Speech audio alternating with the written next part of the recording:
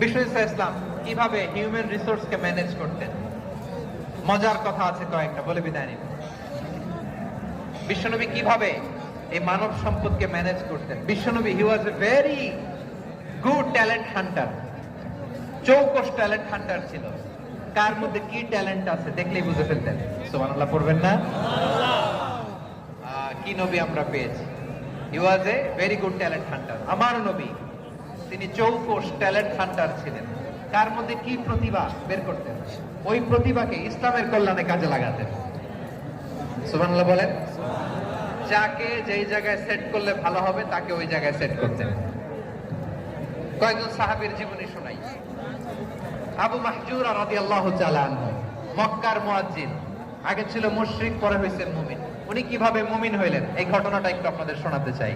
তা আপনাদের তো সময় নাই হাতে। আছে সময় আছে? আছে। এই জেনজি শেষ করে দিল আজকের প্রোগ্রামটা। 1 ঘন্টা ধাক্কা ধাক্কি করে কেমনি দাঁড়ায় আছে আমি বুঝলাম না।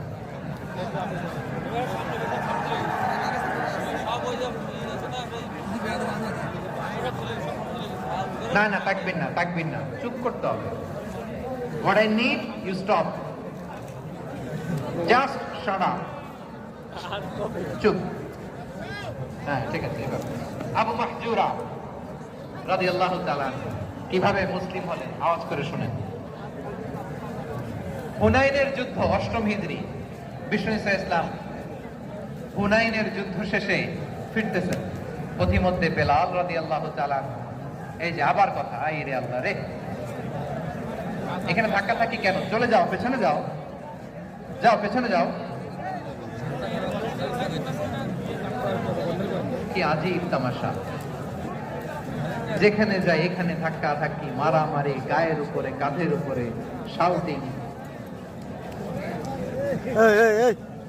অনেক গুরুত্বপূর্ণ কথা পয়েন্ট করে নিয়ে আসে যে বলবো, এই শাউট করার কারণে প্রোগ্রামটাই নষ্ট করে দেয়। আসছে আমার ভালোবাসা দেখাইতে, প্রোগ্রামটাই শেষ করে দিয়ে চলে যায়। স্টপ। আবার কথা বল, স্টপ। 8ম হিজরিতে হুনাইনের যুদ্ধে রাসূল সাল্লাল্লাহু আলাইহি ওয়াসাল্লাম ফিরে আসতেছেন মদিনায়। পথিমধ্যে বেলাল রাদিয়াল্লাহু তাআলা আযান দিচ্ছেন। কি দিচ্ছেন? তো পাশে ছিল মুশরিকদের একটা পল্লী, কিছু মুশরিক তরুণ, কিছু অমুসলিম কিশোর, তারা আযানকে ব্যঙ্গ করতেছে। আমাদের বাংলায় মুখ ভেঙ্গানো বলে আর কি। বেলাল রাদিয়াল্লাহু তাআলা আযান দিচ্ছেন, ওই বাচ্চাগুলো মুশরিক, তো ওরা আযানকে ব্যঙ্গ করতেছে, বিকৃতি করে ওরাও আযান দিচ্ছে। উদ্দেশ্য হচ্ছে আযানকে নিয়ে ঠাট্টা করা। উদ্দেশ্য কি? ঠাট্টা করা। ব্যাপারটা মনে কষ্ট পাওয়ার মতো ব্যাপার না? কিন্তু বিশ্বনবী ওইখানে দেখেন কি খুঁজলেন। বিশ্বনবী খেয়াল করলেন অমুসলিম কিশোরদের মধ্যে থেকে একটা কিশোরের গলাটা বড় দরাজ গলা, কণ্ঠটা বড় সুন্দর।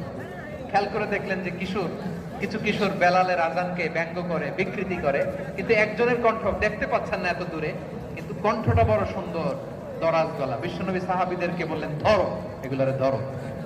সবগুলারে ধরে বিশ্বনবীর সামনে আনা হলো। ওরা হাঁটু গেড়ে বসলো। বিশ্বনবী বললেন, তোমাদের মধ্যে কে যেন ব্যঙ্গ করে আযান দিচ্ছিল, তার গলাটা বড় উঁচু, গলার বেসটা বড় মজবুত, মেলোডিয়াস, সমুদ্র কণ্ঠ, কে? আবু মাহজুরা বলে, আমার বন্ধুরা সবাই আমার দিকে আঙ্গুল দেখায়, আমি পড়ে গেছি বিপদে। আবু মাহজুরার চুলের মধ্যে হাত দিলেন বিশ্বনবী, মাথায় হাত দিয়ে বললেন, এবার আযান দাও দেখি। আবু মাহজুরা বলে, আমি তো আযান দিতে জানি না, কারণ আমি তো বেলালেরটা শুইনা দিছি, আমার তো মুখস্থ নাই, আমি তো আযান দিতে জানি না। বিষ্ণু বললেন, জানো না? তাহলে আসো আমি তোমারে শিখাই দেই। সুবহানাল্লাহ পড়া। আবু মাহজুরা হাঁটু গেড়ে বসে বিশ্বনবীর মুবারক হাত আবু মাহজুরার চুলের মধ্যে। বিশ্বনবী আযানের মুআল্লিম আবু মাহজুরাকে বলতেছে, ঠিক আছে তোমারে শিখাই দিচ্ছি, আমি যা যা বলবো আমার সাথে সাথে বলো, পারবা? আবু মাহজুরা বলে, পারবো। বিশ্বনবী আযান দিচ্ছেন, মাথায় হাত দিয়ে, আল্লাহু আকবার, আল্লাহু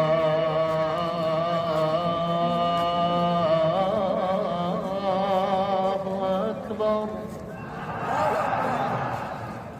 আবু মাহজুরা এই বাক্যটা পড়লেন। বিশ্বনবী দ্বিতীয় বাক্য পড়তে আরম্ভ করলেন, আল্লাহু আকবার, আল্লাহ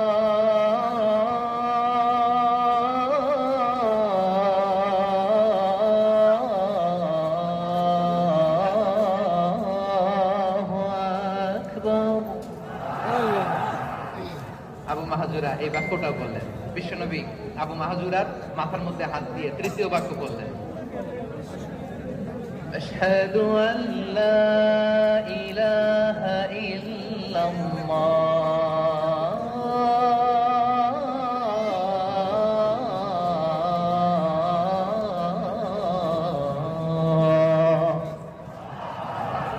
আবু মাহাজুরা তৃতীয় বাক্য বললেন। বিশ্বনবী একটা বাক্য পরে আবু মাহাজুরা পরে, বিশ্বনবী পরে আবু মাহাজুরা পরে। আবু মাহাজুরা কিন্তু অমুসলিম, মুশরিক।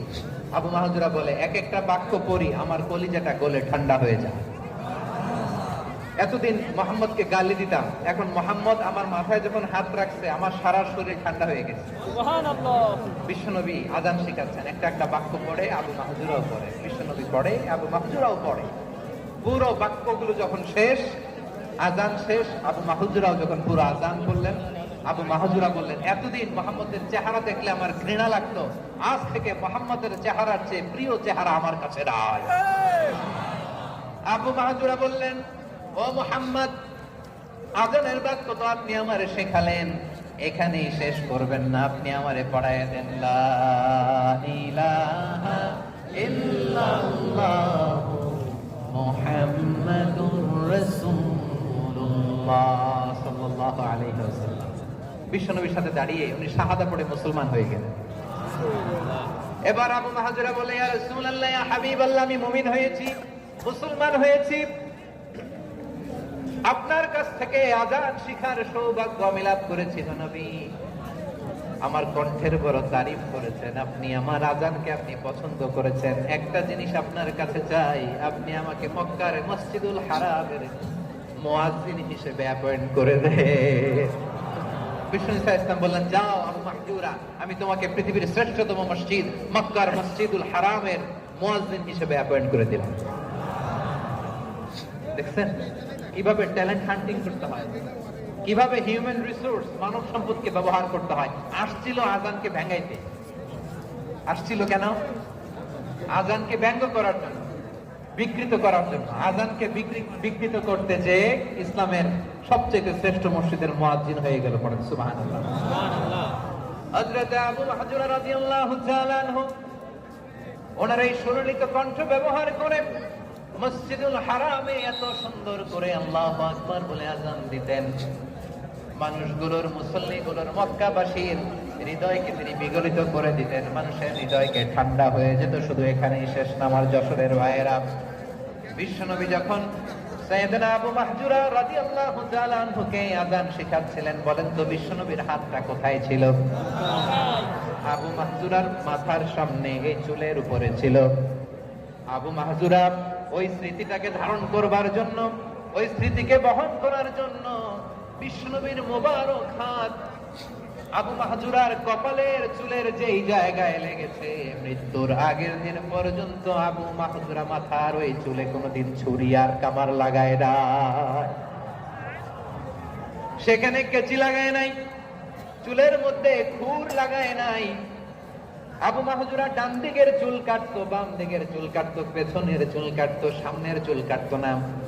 আবু মাহজুরা রাদিয়াল্লাহু তাআলা আনহুর সামনের চুলগুলো বড় হতে হতে যখন এত বড় হয়ে যায়, তিনি চুলগুলো পেঁচিয়ে মাথার মধ্যে রাখতেন, তারপরে তিনি পাগড়ি পরতেন। সবাই জিজ্ঞেস করতো, আবু মাহজুরা, এটা আবার কেমন স্টাইল?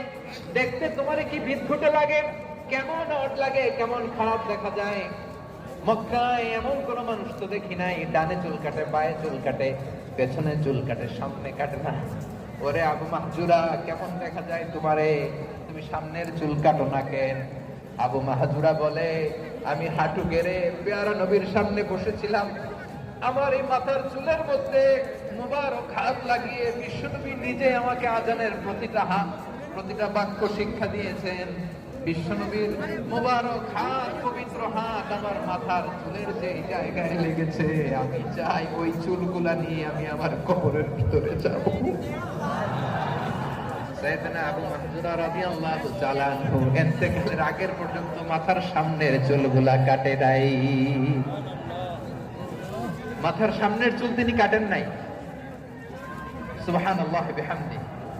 কেমন ভালোবাসতেন বিশ্বনবী সাহাবীদেরকে, সাহাবারা কেমন ভালোবাসতেন বিশ্বনবীকে। সামনের চুলগুলো বড় হতে হতে এত বড় ছিল, পেঁচিয়ে রেখে পাগড়ি কাটতেন না, নবীর হাত লেগেছিল। সুবহানাল্লাহ পড়েন। তাহলে what is the lesson? Moral of the story কি? মোরাল অফ দ্য স্টোরি হচ্ছে, আসছিল আজানকে ব্যঙ্গ করার জন্য, বিকৃত করার জন্য, হয়ে গেল মসজিদুল হারামের মুয়াজ্জিন। দেখেন বিশ্বনবী একটা খারাপ সিচুয়েশনের মধ্যে থেকে কি ভালো জিনিস বের করে আনলেন। আমি যে শুরুতে বলেছি কিভাবে তিনি হিউম্যান রিসোর্সকে ডেভেলপ করেছেন, ম্যানেজ করেছেন। তিনি যে চৌকুশ ট্যালেন্ট হান্টার ছিল, দেখেন সবার মধ্যে থেকে এর বাছাই করে মুয়াজ্জিন বানাই দিয়েছেন। সুবহানাল্লাহ পড়েন। তার মানে এই না সবাইরে ধরে ধরে উনি মুয়াজ্জিন বানাইছেন। যার যেই ট্যালেন্ট আছে তাকে ওই কাজে অ্যাসাইন করেছেন। যার যেই প্রতিভা আছে তার প্রতিভাকে ইসলামের কাজে লাগিয়েছেন। সুবহানাল্লাহ পড়েন। যায়েদ বিন সাবিত রাদিয়াল্লাহু তাআলা আনহু নাম শুনেছেন? যশোর কথা বের হয় না। যদি জিজ্ঞাসা সালমান খানের নাম শুনছেন, সবাই হাত তুলবে, জি হুজুর শুনছি, মানে সব দেখা শেষ।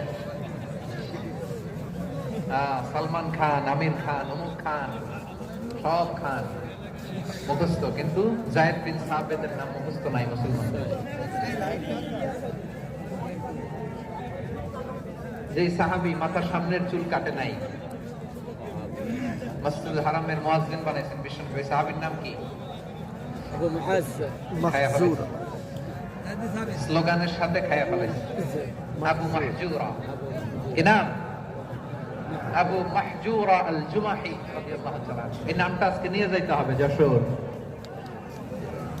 আবু মাহজুরা রাদিয়াল্লাহু তাআলা। দুই নম্বরে বলছিলাম যায়েদ বিন সাবিত রাদিয়াল্লাহু তাআলা। বিশ্বনবী দেখলেন মদিনার এই আনসারী সাহাবী হাইলি ট্যালেন্টেড, ইন্টেলেকচুয়াল, মেরিটোরিয়াস, জ্ঞানের প্রতি তার আকর্ষণ, মারাত্মক আকর্ষণ। বিশ্বনবী তাকে দায়িত্ব দিলেন, কোরআন যা নাজিল হয় তুমি লিখো, কাতিবুল ওহী বানায় দিলেন। সুবহানাল্লাহ। যায়েদ বিন সাবিতরে আবার আযান শেখান নাই, কারণ তার মধ্যে বিশ্বনবী প্রতিভা দেখেছেন, একাডেমিক প্রতিভা। বিশ্বনবীর একাডেমিক প্রজেক্ট গুলো তিনি হ্যান্ডেল করতেন। যায়েদ বিন সাবিত ছিল বিশ্বনবীর ব্যক্তিগত সচিব। কি ছিল? ব্যক্তিগত সচিব। বোঝেন নাই? বিশ্বনবীর ব্যক্তিগত সচিব এবং দোভাষী। ইহুদিরা কিছু লিখে দিলে এটার অর্থ বিশ্বনবীরে বুঝায় দিতেন, আবার ইহুদিদের কাছে কিছু লিখতে হলে তিনি লিখে দিতেন।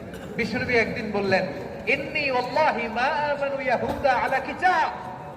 ইহুদিরা যে চিঠি পাঠায় অর্থ তো বুঝি না, আরেক ইহুদি আইনে অর্থ করা লাগে। আবার ইহুদিদের কাছে কিছু লিখে পাঠাইতে চাইলে আমরা তো লিখতে পারি না, ইহুদিরে দিয়ে লেখা লাগে। ওরা যে পয়রা শোনায় লিখে দেয়, আমি ওদের বিশ্বাস করি না। আমার নিজের একজন লোক দরকার। বিশ্বনবী এই যায়েদ বিন সাবিতকে চুজ করলেন ল্যাঙ্গুয়েজের জন্য। উনি বললেন, যায়েদ তোমার সফট স্কিলকে ডেভেলপ করতে হবে, তুমি হিব্রু ল্যাঙ্গুয়েজ শিখে ফেলো। যায়েদ বিন সাবিত বলল, বিশ্বনবীর মোটিভেশন আর ইন্সপিরেশন পেয়ে আমি 15 দিনে ইহুদিদের এই হিব্রু ল্যাঙ্গুয়েজ শিখে ফেললাম। শুধু শিখে ফেললাম না, হাত্তা হাদিকতু, even I became master in the language. এই ভাষা আমি পারদর্শী হয়ে গেলাম। এরপরে ইহুদিরা চিঠি লিখে পাঠালে আর কোন ইহুদি ডাকা লাগতো না, আমি নবীর এটার অর্থ শুনে পরে বুঝাই দিতাম। আবার ইহুদিদের কাছে চিঠি লেখা লাগলে আমি যায়েদ বিন সাবিত চিঠি লিখে দিতাম। সুবহানাল্লাহ। দেখেন এত সাহাবীর মধ্য থেকে বিশ্বনবীর একাডেমিক প্রজেক্ট, ব্যক্তিগত সচিব, দোভাষী হিসেবে তিনি যায়েদ বিন সাবিতের মতো তরুণকে নির্বাচিত করেছেন। কেমন ট্যালেন্ট হান্টার ছিল আমার নবী। সুবহানাল্লাহ পড়বেন না? বিশ্বনবীর ইন্তেকালের পরে সাইয়েদনা আবু বকর রাদিয়াল্লাহু তাআলা আনহু যখন খলিফা হয়ে আসলেন, কোরআনকে সংকলনের দায়িত্ব দেয়া লাগবে, কোন সাহাবীকে দিবেন? সব সাহাবারা মিলে পরামর্শ করলেন। সাইয়েদনা আবু বকর, ওমর সবাই মিলে বিশাল কোরআন সংকলনের গুরু দায়িত্ব বিশ্বনবীর ব্যক্তিগত সচিব, বিশ্বনবীর দুভাষী, বিশ্বনবীর সিলেক্ট করাই লোক যায়েদ ইবনে সাবিত রাদিয়াল্লাহু তাআলা আনহুকে দিয়েছে। কোরআনের কবি তো আজকে এখানে রাখে নাই। এই যে আজকের যে কোরআন পড়েন, এটা আগে এরকম ছিল না। কোরআন নাজিল হলে সাহাবারা চামড়া, উটের চামড়ায় লিখে ফেলতো, ওটের চ্যাপ্টা হাড্ডির মধ্যে লিখে ফেলতো, গাছের গুড়ির মধ্যে লিখে ফেলতো। বিভিন্ন জনের কাছে ছড়ানো ছিটানো ছিল। আবু বকর রাদিয়াল্লাহু তাআলা আনহু একসাথে করলেন, পরবর্তীতে উসমান রাদিয়াল্লাহু তাআলা আনহু একসাথে করলেন। 114 সূরার এখন এই মুসহাফ, এই কম্পাইলেশন, এই কপি আমরা পেয়েছি, যার হিউজ কন্ট্রিবিউশন ছিল। এই পুরো কোরআন কম্পাইলেশনের প্রজেক্ট ম্যানেজার ছিল যায়েদ বিন সাবিত রাদিয়াল্লাহু তাআলা। কোরআন কম্পাইলেশনের প্রজেক্ট ম্যানেজার। দেখেন ওনারে মাথায় হাত দিয়ে আজান শেখায় নাই, সুবহানাল্লাহ করবেন না? তাহলে প্রথম সাহাবী আবু মাহজুরাকে মুয়াজ্জিন বানাইলেন, যায়েদ বিন সাবিতকে ব্যক্তিগত সচিব আর দোভাষী বানালেন, মুসআব ইবনে উমাইর রাদিয়াল্লাহু তাআলা আনহুকে ইসলামের প্রথম অ্যাম্বাসেডর বানালেন। তাহলে তৃতীয় নম্বর একজন সাহাবীর নাম বলছি, মুসআব ইবনে উমাইর। মুসআব কি নাম? নামটা কেমন লাগে? এই কয়েকজনের ভাল লাগে, বাকিদের ভাল লাগে না? ভাল লাগে? এই এই আর কয়েকটা মিনিট দেওয়া যাবে না আমাকে আল্লাহর রাস্তে?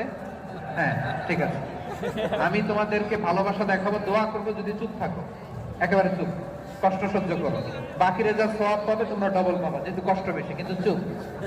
3 নম্বর সাহাবীর নাম মুসআব। এই ধাক্কাধাক্কি কেন? ধাক্কাধাক্কি কেন রে ভাই? না না না, এরকম হইলে আসবো না যশোর, আমি আর আসবো না।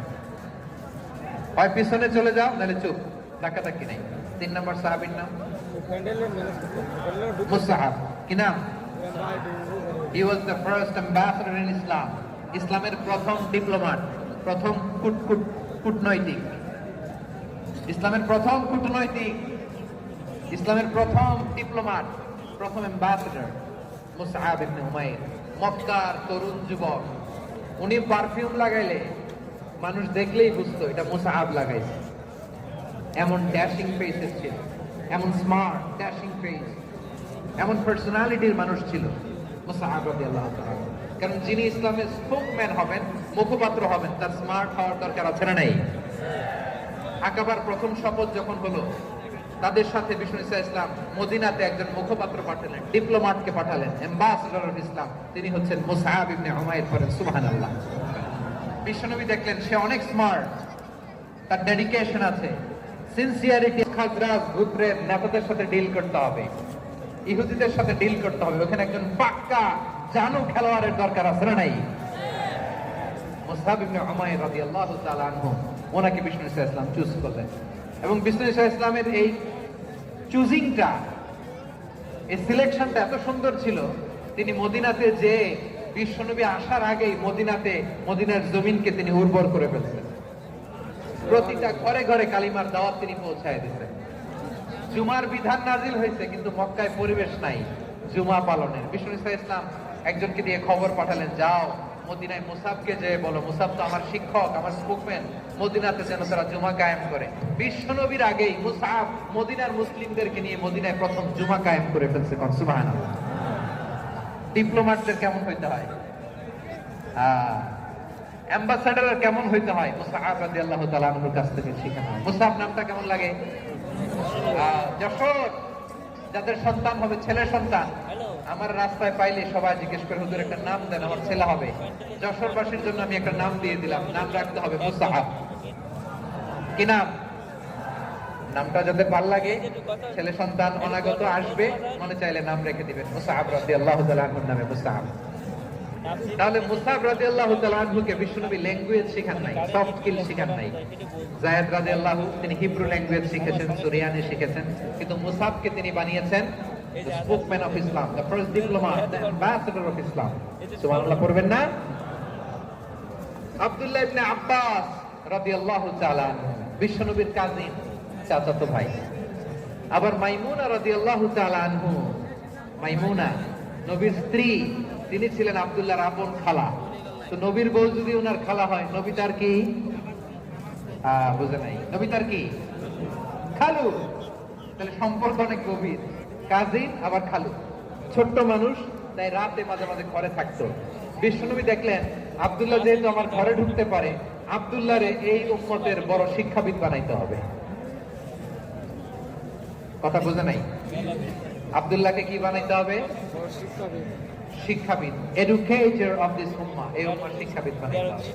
তাই আব্দুল্লাহ ইবনে আব্বাসকে বিশ্বনবী হাতে কলমে শিক্ষা দিয়েছেন। আহারে, আর এরপরে যে কি ভাষা আসবে তোমাদের জন্য আমার মুখ থেকে আমি নিজেও জানি, আমি নিজেও জানি। 1 ঘন্টা যাবো ধাক্কা ধাক্কি মারামারি, তো আসতে বলছে কি তোমাকে? পেছনে চলে যাও, জায়গা না পেলে। পুরো প্রোগ্রামটাই নষ্ট করে দেবে।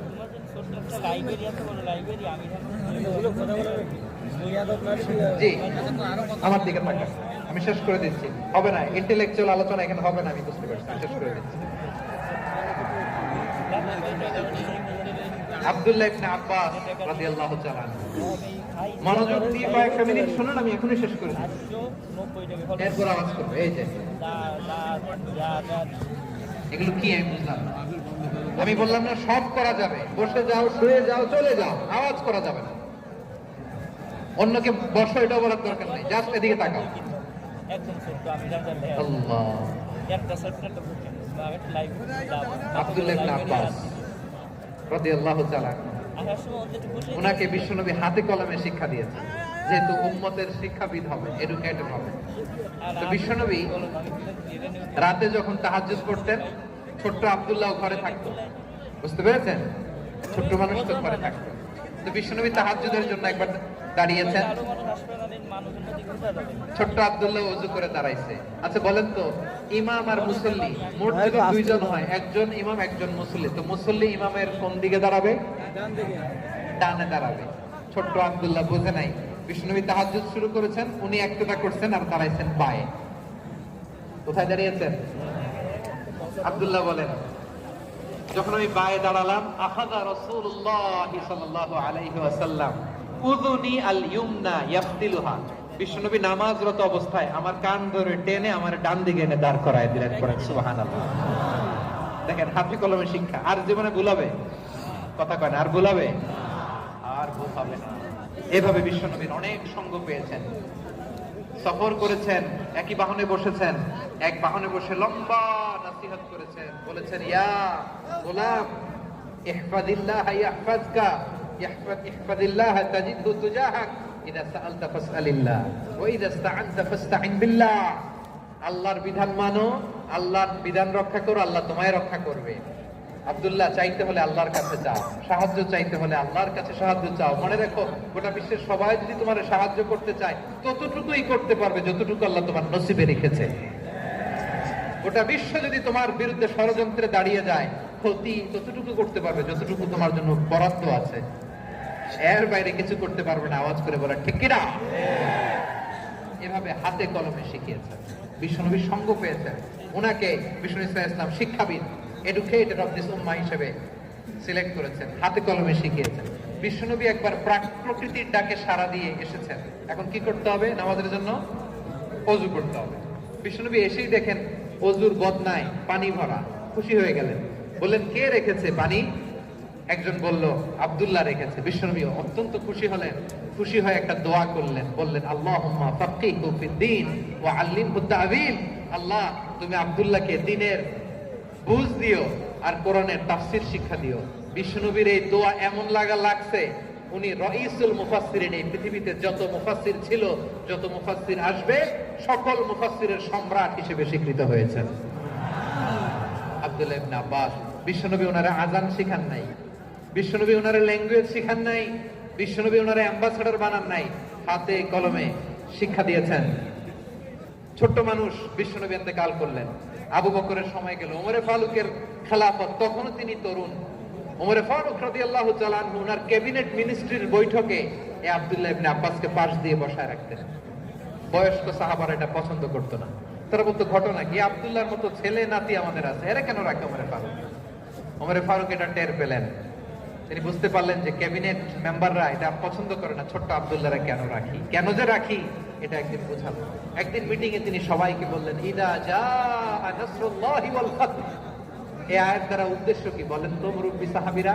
এক সাহাবী বলেন এই সূরা দ্বারা উদ্দেশ্য, আল্লাহ বলেছেন আমাদেরকে বিভিন্ন ল্যান্ড, বিভিন্ন এলাকা বিজয় করতে হবে। ওমর ফারুক বললেন না, হয়নি। আরেকজন বললেন বিজয় হওয়ার পর আমাদের বেশি বেশি আল্লাহর বরত্বের ঘোষণা দিতে হবে, এটা উদ্দেশ্য। ওমর ফারুক বললেন না, হয় নাই। যারা জিজ্ঞেস করেন কেউ পারে না। সব শেষে বিশ্বনবী ছোট্ট আব্দুল্লাহরে বলেন আব্দুল্লাহ ইদা জাআ নাসরুল্লাহি ওয়াল ফাতহ, এর দ্বারা উদ্দেশ্য কি বলো তো? ছোট্ট আব্দুল্লাহ বলেন হুয়া আজালু রাসূলিল্লাহ। এই আয়াত দ্বারা বিশ্বনবীর বিদায়কে উদ্দেশ্য নেওয়া হয়েছে। ওমর ফারুক বললেন হাযা হুয়া, এটাই তো সঠিক উত্তর, এটাই সঠিক তাফসীর এই আয়াতের। কারণ ইদা জাআ নাসরুল্লাহি ওয়াল ফাতহ, যখন আল্লাহর সাহায্য আর বিজয় আসবে, ওয়া রাআইতান নাসা ইয়াদখুলুনা ফি দীনিল্লাহি আফওয়াজা, আপনি দেখবেন দলে দলে ঢলে ঢলে বানের পানির মতো মানুষ ইসলামের দিকে ঢুকতেছে, ইসলামের বিজয় হয়েছে। তো ইসলামের বিজয়ের মিশন নিয়ে নবী আসছে, বিজয়ী যখন হয়ে গেছে এখন তো নবীর বিদায় হবে। জোরে বলেন ঠিক কিনা? কোন সাহাবী এই সূক্ষ্ম কথাটা ধরতে পারে নাই, ওই আব্দুল্লাহ ছাড়া। আব্দুল্লাহ যখন উত্তর দিছে সব সাহাবীদের টনক নড়েছে। এরপর থেকে কোন ক্যাবিনেট মিটিং এ আর কোন সাহাবারা কোনো প্রশ্ন করে নাই, আওয়াজ করে পড়েন সুবহানাল্লাহ। বিশ্বনবী আব্দুল্লাহ ইবনে আব্বাসকে দ্য এডুকেটর অফ দ্য উম্মাহ, উম্মার শিক্ষাবিদ হিসেবে গ্রহণ করেছেন। আওয়াজ করে পড়তে হবে আল্লাহু আকবার। সাহাবীদের নামগুলো মনে থাকবে? 1 নম্বরে আবু মাহজুরা, মুয়াজ্জিন বানাইছেন। যায়েদ ইবনে সাবিত, দুভাষী, ট্রান্সলেটর অফ প্রফেট, এবং তিনি ছিলেন বিশ্বনবীর ব্যক্তিগত সচিব। মুসআব ইবনে Umair, the first ambassador and diplomat of Islam. Abdullah ইবনে আব্বাস, এই উম্মার সবচেয়ে বড় এডুকেটর, শিক্ষাবিদ। আরেকজন ছিল আব্দুল্লাহ ইবনে মাসউদ রাদিয়াল্লাহু তাআলা। দুই আব্দুল্লাহ, আব্বাস গেল, আরেকজন হচ্ছে মাসউদ। মক্কার তরুণ, ছাগল পালতো মুশরিকের বিশ্বনবী আর আবু বকর রাদিয়াল্লাহু তাআলা আনহু একবার গেলেন, যে দেখে এই তরুণ দাঁড়ায় আছে। বিশ্বনবী বলেন, আমি খুব ক্ষুধার্ত, তোমার কাছে কি দুধ আছে ছাগলের? আব্দুল্লাহ ইবনে মাসউদ বলে, আছে। ওয়ালাকিন আনা মুক্তামান, যে দুধ আছে এটা আমানতের, আমি দিতে পারবো না। বিশ্বনবী এইটা শুনেই তারা টার্গেট করে ফেলছে। আনা মুক্তামান, দুধ আছে কিন্তু এটা আমার মালিকের, আমি তো দরদ দেখাই আমার মালিকের দুধ, আপনি পথিক, আপনারা দিতে পারি না। বিশ্বনবী টার্গেট করে ফেলছেন, এরে আমার কাজে লাগাইতে হবে। বিশ্বনবী বলেন, আচ্ছা ঠিক আছে, দুধ দিও না, কিন্তু এমন ছাগি আছে কিনা যেই ছাগির সাথে কোনো ছাগলের মিলন হয় নাই, তার ওলানে দুধও আসে নাই, বাচ্চাও নাই, এরকম ছাগির থেকে যদি আমি দুধ খাই তাহলে তো সমস্যা নাই। বলতেছে, এরকম ছাগির থেকে দুধ খেলে সমস্যা নাই, কারণ এরকম ছাগির ওলান থেকে দুধ আসবেও না। বলতেছে, ঠিক আছে, এরকম একটা ছাগি নিয়ে আসো। নিয়ে আসা হলো। বিশ্বনবী বিসমিল্লাহ বলে ওই ছাগির ওলানে হাত দিলেন। হাত দিতে দেরি, পুরো ওলানটা দুধে ভরে যেতে দেরি হয় না। বিশ্বনবী আর আবু বকর রাদিয়াল্লাহু তাআলা দহন করে পেট ভরে খেলেন। এই দৃশ্য আব্দুল্লাহ ইবনে মাসউদের হৃদয়ে দাগ কাটলো। এই মুজিজা দেখে তিনি বললেন, আশহাদু আল্লা ইলাহা ইল্লাল্লাহ ওয়া আশহাদু আন্না মুহাম্মাদুর রাসূলুল্লাহ। তিনি ষষ্ঠ মুসলিম ছিলেন, 6 নম্বর মুসলমান। ওনাকে টার্গেট করে বিশ্বনবী দেখলেন এমন ইন্টেলেকচুয়াল ব্রেন, উনি সূক্ষ্ম সূক্ষ্ম জিনিস বুঝে বেশি, ফিকহি জ্ঞান ওনার মধ্যে বেশি। বিশ্বনবী ওনাকে কোরআনের জ্ঞান শিক্ষা দিতে লাগলেন। উনি বিশ্বনবী সবার কাছে কোরআন শোনায়, কিন্তু বিশ্বনবী নিজে আব্দুল্লাহ ইবনে মাসউদের কাছ থেকে কোরআন শুনতো। বিশ্বনবী একবার বললেন, ইকরা আলাইয়া ইয়া মাসউদ। ইবনে মাসউদ একবার শোনাও তো কোরআন দেখি। আব্দুল্লাহ ইবনে মাসউদ বলে, আকরাউ আলাইকা ওয়া আলাইকা উনজিল। নবী, আপনার উপর কোরআন নাজিল হয় আর আমি আপনার সামনে কোরআন পড়ব। বিশ্বনবী বললেন, ইন্নী উহিব্বু আন আসমাআহু মিন গায়রি। আমি নিজে পড়তে যেমনি ভালোবাসি, অন্য পড়ুক আমি শুনবো, এটাও আমি ভালোবাসি। সূরা নিসা তিনি তেলাওয়াত করে শুনিয়েছেন। এমন সূক্ষ্ম সূক্ষ্ম বিষয় বিশ্বনবী উনাকে ধরিয়ে দিয়েছেন। উনি হয়ে গিয়েছেন, আব্দুল্লাহ ইবনে আব্বাস হয়েছেন রাইসুল মুফাসসিরিন, ওই হয়ে গিয়েছেন ফাকিহুল উম্মাহ। উনার চাইতে বড় ফকি এই পৃথিবী আর দেখবে না। চিল্লায়ে বলেন সুবহানাল্লাহ। উনি বলতেন, ওয়াল্লাহি ওয়াল্লাহি ইল্লাযী লা ইলাহা গায়রু মা উনজিলাত সূরাতুন মা উনজিলাত সূরাতুন ইল্লা ওয়া আনা আ'লামু আইনা উনজিলাত ওয়া ফীমা উনজিলাত। বিশ্বনবী এমন ভাবে কোরআনের দার্স আমাকে দিয়েছেন, কোরআনে যত সূরা নাজিল হয়েছে, যেখানে নাজিল হোক না কেন আমি জানি এটা কোথায় নাজিল হয়েছে এবং কোন প্রেক্ষাপটে নাজিল হয়েছে। এমন একটা সূরা নাই যে সূরার কোথায় নাজিল হয়েছে আমি মাসউদের জানা নাই, কোন প্রেক্ষাপটে নাজিল হয়েছে আমার জানা নাই। এরকম ঘটবে না। চিল্লায়ে বলেন আল্লাহু আকবার। আব্দুল্লাহ ইবনে মাসউদ রাদিয়াল্লাহু তাআলা ওমর ফারুকের সময় কুফার চিফ জাস্টিস ছিলেন। কুফা নগরীর চিফ জাস্টিস। চিফ জাস্টিস বুঝেন নাই? বিচারপতি। কি ছিলেন? সবাই বলে নাই কি ছিলেন? বিচারপতি ছিলেন। এবং ওনার যে ফিকহি জ্ঞানের ধারা, এটাই আলকামা, ইব্রাহিম আন-নাখাই, হাম্মাদ ইবনে সুলাইমান হয়ে ইমাম আবু হানিফা পর্যন্ত পৌঁছেছে। এবং ওনার ফিকহি জ্ঞানের ধারাই হানাফি মাযহাবে অ্যাকসেপ্ট হয়েছে। আজও এগুলো হানাফি মাযহাবে চর্চিত হয়। হানাফি মাযহাবের সব ফিক আব্দুল্লাহ ইবনে মাসউদের ফিকহি জ্ঞানের ধারা থেকে নেওয়া হয়েছে। চিল্লায়ে পড়েন সুবহানাল্লাহ। তাহলে ওনাকে বিশ্বনবী বানিয়েছেন জুরিস্ট, আইনবিদ, ফকিহ। ওনারে আযান শিখান নাই।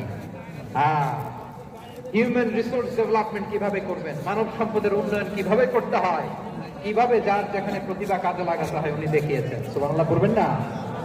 খালিদ বিন ওয়ালিদ নাম শুনছেন? কে কে শোনেন নাই হাত তোলেন। কি ছিলেন? বীর যোদ্ধা। বীর যোদ্ধা ছিলেন খালিদ বিন ওয়ালিদ, কিন্তু তিনি ইসলাম ধর্ম গ্রহণ করেছেন অনেক দেরিতে, 8ম হিজরিতে। তার মানে 8ম হিজরির আগে উনি মুশরিকদের পক্ষে লড়াই করেছেন। ওনার হাতে কত মুসলিম সাহাবী যে নিহত হয়েছে হিসাব নাই। বিষ্ণু টার্গেট করে রাখছে, তুমি আমাদের মুসলিমদের এত ক্ষতি করলা, তুমি যখন মুসলমান হবা তোমার দিয়ে আমি এমন কাম করাবো যে এটা আর কেউ করতে পারবে না। সুবহানাল্লাহ নাই? যশোর ক্লান্ত হয়ে গেছে।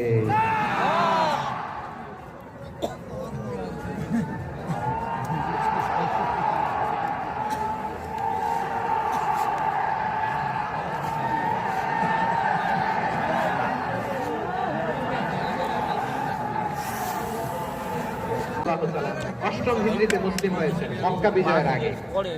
তো মক্কা বিজয়ের আগে যখন মুসলিম হয়েছেন, এর আগে কি করছেন? কাফিরদের সাথে যুদ্ধ করেছেন। উনি উহুদের যুদ্ধে মুসলমানদের যে পরাজয় ভাব, কঠিন পরিস্থিতির মুখোমুখি ওনার কারণে পেছন থেকে এমন অতর্কিত আক্রমণ করেছেন, মুসলমানদেরকে কচুকাটা করেছেন। অষ্টম হিজরিতে আল্লাহ তাআলা হেদায়েতের নূর দিয়ে ওনার হৃদয়টাকে উজালা করে দিলেন। লা ইলাহা এটা এমন বাণী যার হৃদয় একবার টাচ খাবে, এইটা থেকে সে আর পালিয়ে বেড়াতে পারে। ঝিনুকের ভেতর লুকিয়ে থাকে যেমন মতি, ঝিনুকের ভেতর লুকিয়ে থাকে যেমন মতি, কলমা শাহাদাতে আছে আল্লাহর জ্যোতি, কলমা শাহাদাতে আছে আল্লাহর জ্যোতি। ঠিক কিনা বলেন? মক্কা বিজয়ের আগে মুসলিম হলেন, হওয়ার পরে বিশ্বনবীর টার্গেট ফুলফিল হলো। ওই যে টার্গেট করে রেখেছেন আর দোয়া করেছেন, খালিদ বিন ওয়ালিদ যদি মুসলিম হয় তাকে আমি মিলিটারি চিফ বানাবো। ওনাকে আজান শেখান নাই, ওনার কান ধরে নামাজের এই মাথা থেকে ওই মাথা আনান নাই, ফিকহি কোরআনের সূক্ষ্ম তাফসীর ওনারে শেখান নাই, অ্যাম্বাসেডর বানান নাই।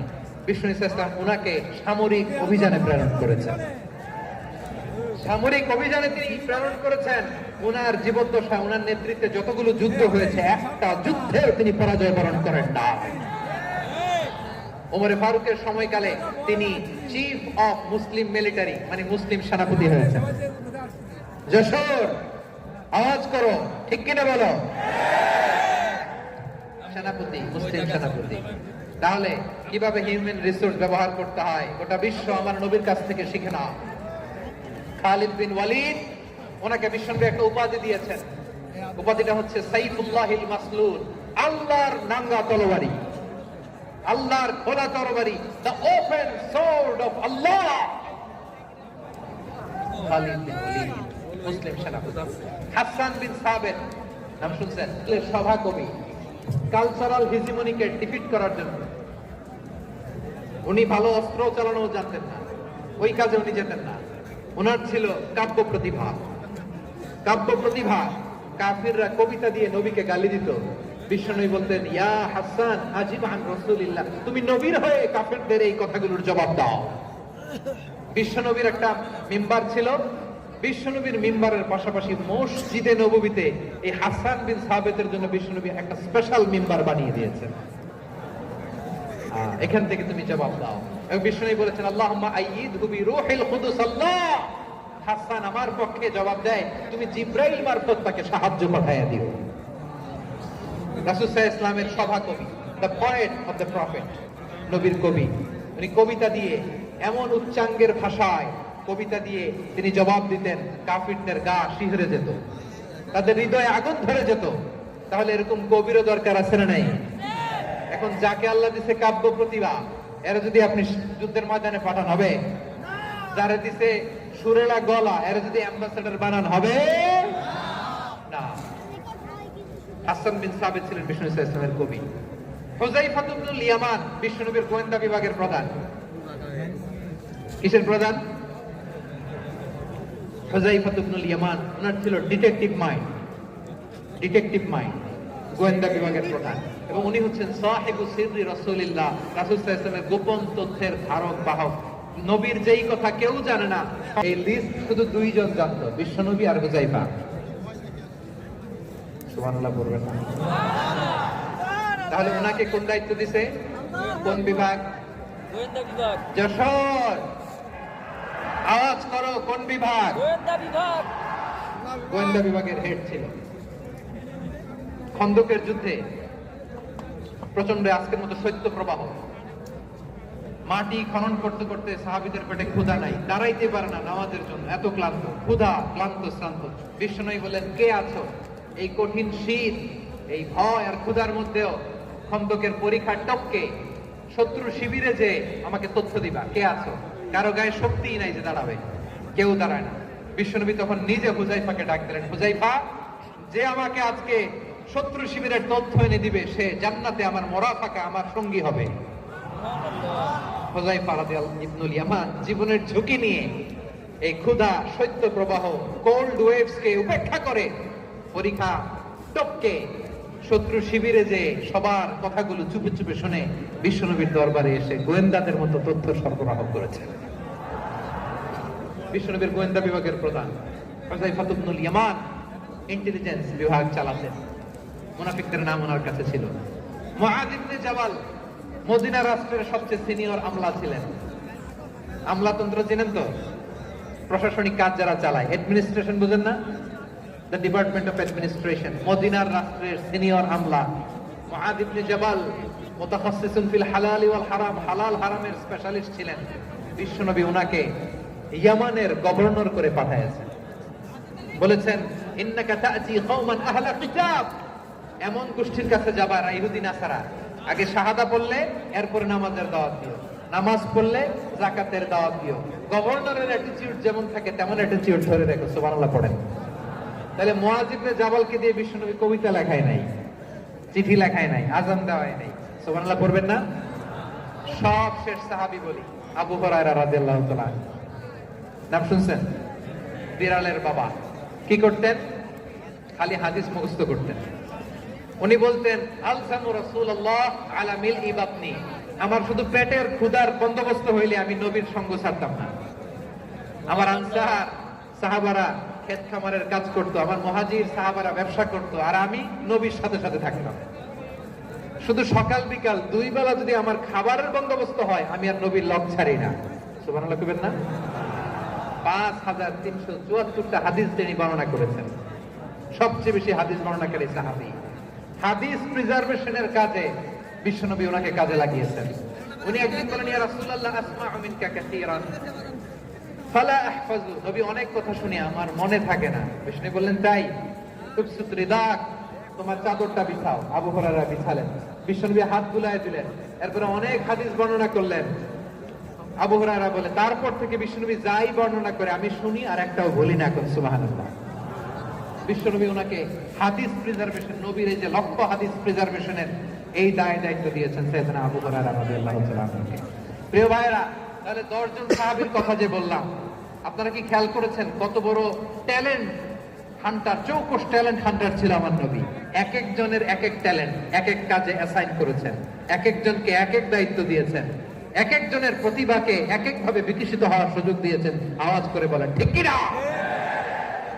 এখন আমার পর্দার আড়ালে আমার মায়েরা বলবে, এতগুলো পুরুষ সাহাবীর কথা বললো, নারী সাহাবীরা কি কিছু করে নাই? হ্যাঁ, একজন নারী সাহাবীর কথা বলে মোনাজাত হবে, দোয়া ছাড়া কেউ যাবে না। রুফাইদা আল আসলামিয়া রাদিয়াল্লাহু তাআলা আনহা, ওনার বাবার নাম সাআদ আল আসলামি। বিশ্বনবী কি খেয়াল করলেন দেখেন, সাআদ ছিল মদিনার বড় ডাক্তার। এই নারী সাহাবী রুফাইদা বাবার কাছ থেকে চিকিৎসা বিদ্যা শিখেছেন।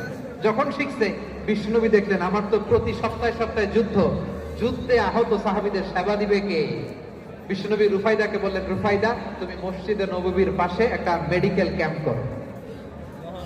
এই যে সাকিনা আতিন মেডিকেলের আমার ছাত্রী বন্ধুরা শুনে রাখো, তোমাদের আইকন হচ্ছে রুফাইদা আল আসলামিয়া। বিশ্বনবীর ডিরেকশন অনুযায়ী তিনি মসজিদে নববীর পাশে একটা মেডিকেল ক্যাম্প করলেন। আহত সাহাবাদের চিকিৎসা উনি ওনার টিম নিয়ে দিতেন। বিশ্বনবীর পরামর্শে উনি আনসারী এবং মুহাজির মহিলা সাহাবীদেরকে নিয়ে একটা স্পেশাল খায়বার যুদ্ধে 7ম হিজরিতে যখন বিশ্বনবী যায়, উনি ওনার টিম নিয়ে আসলেন, বললেন ইয়া রাসূলুল্লাহ, আমরা তো তলোয়ার চালাতে পারি না, আমরা তো তীর মারতে পারি না, আপনি যদি অনুমতি দেন খায়বার অভিযানে আমি আমার টিম নিয়ে মেডিকেল টিমের সেবাটা সার্ভিসটা দিতে চাই। পড়েন সুবহানাল্লাহ। বিশ্বনবী অনুমতি দিলেন, যোদ্ধা সাহাবীদের সাথে রুফাইদা আল আসলামিয়া উনিও মেডিকেল টিম নিয়ে অগ্রসর হলেন। খায়বারের প্রতিটা আহত ইনজুর্ড সাহাবী যারা ইনজুরি শিকার হয়েছেন সবাই রুফাইদা আল আসলামিয়ার এই মেডিকেল ক্যাম্প থেকে চিকিৎসা সহায়তা পেয়েছেন। সুবহানাল্লাহ পড়েন। দেখেন কিভাবে বিশ্বনবী ট্যালেন্ট বাছাই করতেন। আপনি অবাক হবেন, বাহরাইনের মেডিকেল ইউনিভার্সিটিতে রুফাইদা আল আসলামিয়া মেডিকেল প্রাইজ অ্যাওয়ার্ড প্রতি বছর দেওয়া হয়। যদি 8 দিনের এই মেডিকেল, আমার বোনেরা যদি জেনে থাকো জানো, না হলে নতুন করে জানো, সার্চ দিও রুফাইদা আল আসলামিয়া মেডিকেল অ্যাওয়ার্ড বাহরাইনের ইউনিভার্সিটিতে দেওয়া হয়। প্রিয় ভাইয়েরা, তাহলে আলোচনার সামারি আমরা করি। বিশ্বনবী যার যেখানে ট্যালেন্ট তাকে ওইখানে কাজে লাগাতেন। আওয়াজ করে বলেন ঠিক কিনা? এবার একটা ইন্টারভিউ হবে, আওয়াজ করে বলেন আবু মাহজুরাকে বিশ্বনবী কি বানাইছেন? হ্যাঁ, ভুলে গেছেন? সামনের চুলে হাত দিয়ে বিশ্বনবী কি সুন্দর গলায় আযান শিখালেন। মুয়াজ্জিন যায়েদ বিন সাবিতকে একাডেমিক প্রজেক্টের দায়িত্ব দিয়েছেন, তিনি ছিলেন বিশ্বনবীর দোভাষী ব্যক্তিগত সচিব। মুসআব ইবনে Umair the first ambassador of Islam. Abdullah ইবনে আব্বাস উম্মার বড় শিক্ষাবিদ মুফাসসির। আব্দুল্লাহ ইবনে মাসউদ ছিলেন জুরিস্ট। কি ছিলেন? জুরিস্ট ছিলেন, এই উম্মার সবচেয়ে বড় জুরিস্ট। খালিদ বিন ওয়ালিদ সেনাপ্রধান। হাসান বিন সাবিত ছিলেন বিশ্বনবীর সভাকবি। কি ছিলেন? বিশ্বনবীর সভাকবি ছিলেন। এরপরে হুযায়ফা ইবনুল ইয়ামান কি ছিলেন? গোয়েন্দা বিভাগের প্রধান। মুআয ইবনে জাবাল কি ছিলেন? সিনিয়র আমলা, ইয়ামানের গভর্নর। আবু হুরায়রা রাদিয়াল্লাহু তাআলা আনহু হাদিস প্রিজার্ভেশনের কাজ করেছেন। আর আমাদের রুফাইদা আল আসলামিয়া রাদিয়াল্লাহু তাআলা আনহা কি ছিলেন? নার্স ছিলেন। নার্স হয়ে মেডিকেল সেবা দিয়েছেন। প্রিয় ভাইরা, পুরো আলোচনার যদি সামারি করি তাহলে বিশ্বনবী হিউম্যান রিসোর্সকে ম্যানেজ করেছেন, কাজে লাগিয়েছেন। আমরাও যদি করি আমাদের বাংলাদেশের চিত্র আমরা পাল্টে দিতে পারবো। আমরা শুরুতে শুনেছি মানুষের আছে অসীম সম্ভাবনা, প্রতিটা মানুষ অনন্য, যত্ন নিলে, যথাযথ পরিচর্যা করলে মানুষ বিশ্ব জয় করতে পারে। ঠিক কিনা? আমাদের হাফেজে কোরআনের সামনে দাঁড়াতে পারে এমন কোন হাফেজে কোরআন আল্লাহর জমিনে জন্ম হয় তারা সেরা, আমাদের ক্রিকেটাররা সেরা, আমাদের তৈরি পোশাক শিল্প সেরা। এরকম অনেক অনেক সেরা জিনিস আছে, আমরা এগুলোর নার্চারিং করতে পারি নাই, পরিচর্যা করতে পারি নাই, সঠিক তারবিয়াতের অভাব। তাহলে মানুষের অসীম সম্ভাবনাকে কাজে লাগাতে হবে। ঠিক কিনা বলেন?